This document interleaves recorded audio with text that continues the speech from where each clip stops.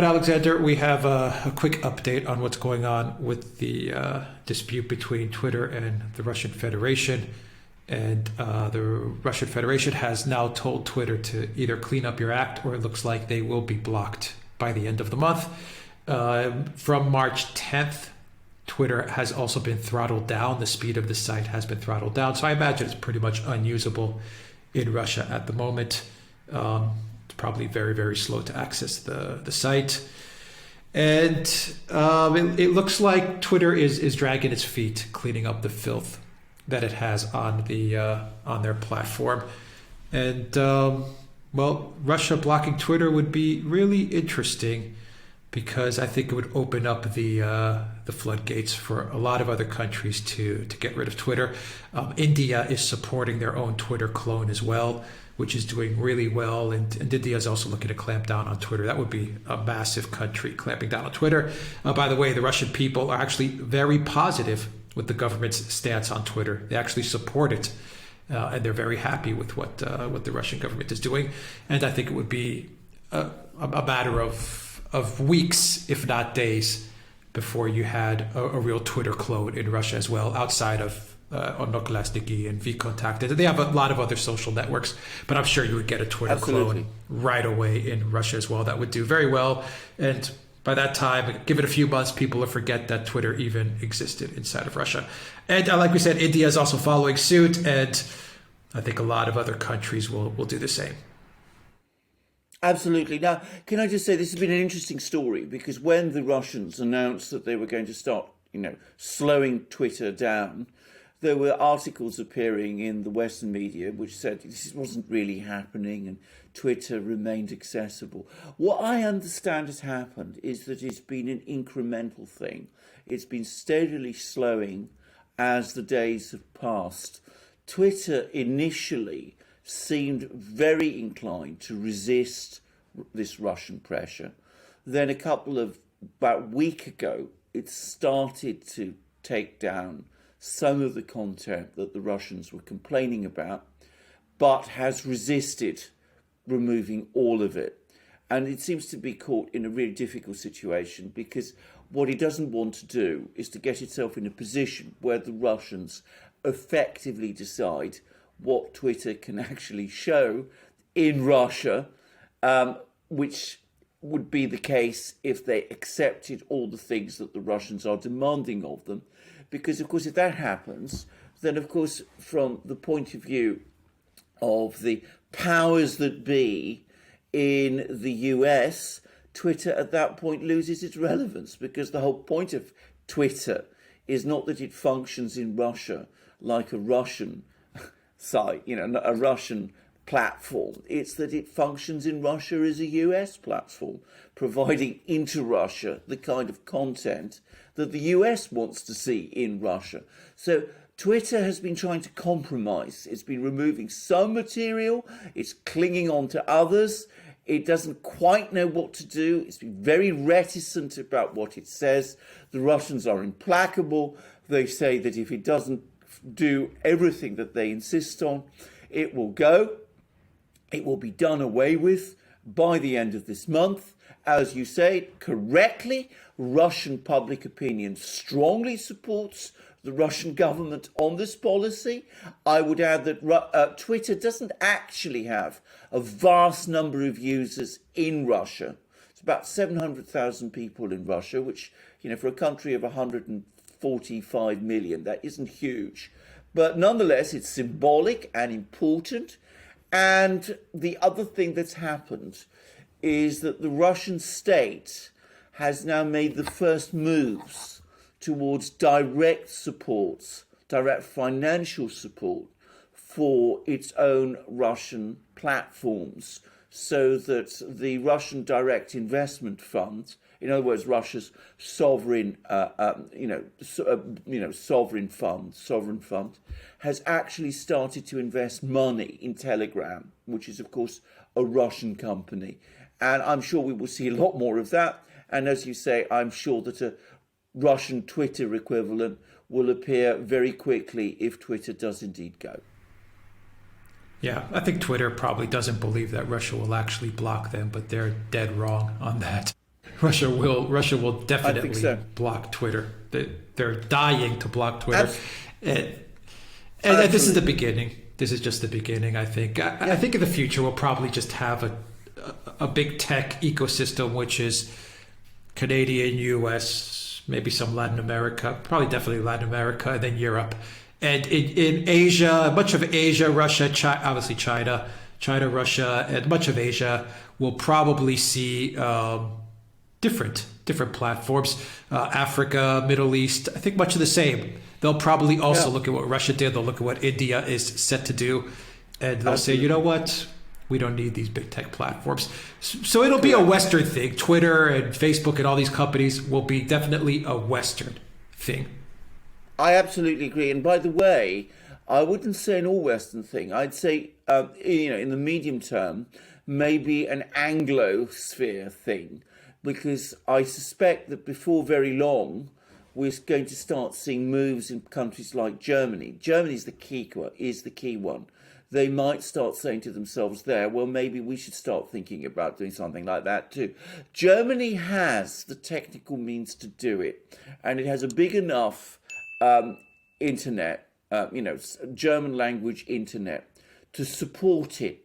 The reason it hasn't happened is because Angela Merkel's government has run things in a way in Germany that frankly have worked against Germany setting up or developing its own social media platforms.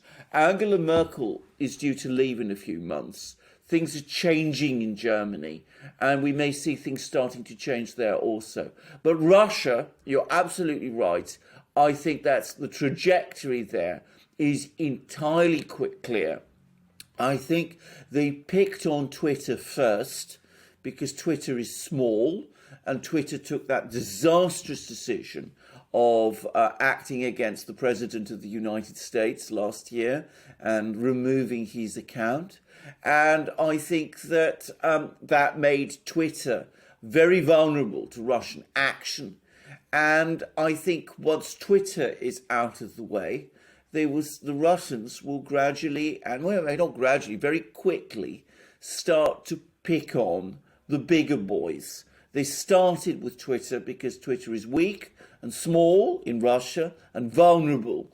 But before long, the bigger social media companies, the Facebooks and the Googles and all of those, they will be targeted as well. And we're going to see that happen in Russia. We're going to see that happen in India. We're going to see that happen in more and more countries around the world. Yeah, I'm interested to see what Bolsonaro in Brazil would do. That would be a big hit. Indeed, Brazil is another. If had big tech got in their own hemisphere, that would be Latin America or North or South America, to see a big tech company be blocked. That would be interesting. Absolutely, and Brazil, absolutely another country which most emphatically has the technical resources to do it. I mean, there's lots of people in Brazil who have the abilities to set up such companies and to operate such companies. And of course, Brazil potentially has a huge internet, Portuguese language internet. And Portuguese, if you start creating an internet ecosphere within Brazil, well, you can start to extend it to Spanish-speaking Latin America also. So, huge things are happening and will start to happen. The days of US domination of the internet, of a World Wide Web, which was essentially a unified World Wide Web, which was essentially the US internet, those days are passing, and they're passing very fast. And it was the actions of the social media companies and their political patrons in the United States that brought it about. Yeah, they shot themselves in the foot. And also keep in mind that Trump is also going to be coming out with his social media company, which I'm positive will be going after Twitter as well, because that's his platform of choice. That's the platform he knows best. So I'm sure that'll go into direct competition with Twitter. So Twitter's going to get fragmented. Their audience is also going to get fragmented within the United States as well, if they have a a big player like, say, a Trump social network. You have Gab, you have Parler as well. So I mean, they really shot themselves in the foot.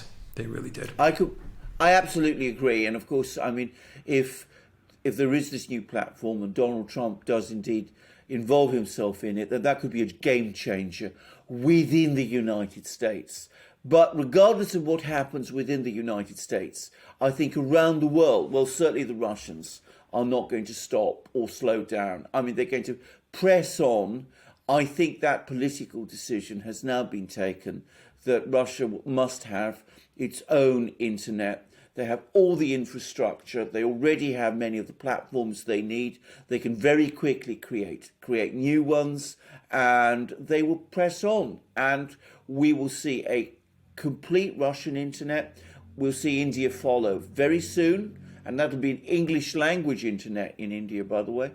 And we could see Germany, and we could see Brazil, and it's entirely likely that other countries will follow suit also.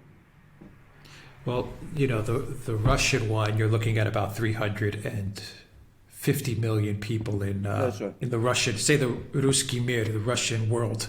That speak the Russian language as well. So that's a big market. Of course, Brazil, Portuguese. If you also say Portuguese and Spanish, that's a huge market as well. You know, it's it's really interesting to see all of this play out, because there was a time 10 years ago where Google, I'll take Google as a brand, was one of the most loved brands. You know, its brand value was very high, and people associated Google with very good, positive things. And the same could have been said about Twitter as well. Facebook was always kind of iffy. But, you know, these big tech companies are now almost universally, globally hated. And, you know, we talked about how how the Russian people are absolutely happy to get rid of Twitter in their country. It's unbelievable to see these brands, which were at one point so loved, innovative trendsetters, you know, I'm talking 10, 15 years ago, that they've turned out now to be some of the most hated brands and companies in the planet. I mean, they're absolutely despised. It's unbelievable what they've done to themselves. Absolutely, because of course what happened was they ceased to be platforms and they became vehicles for particular values and ideas.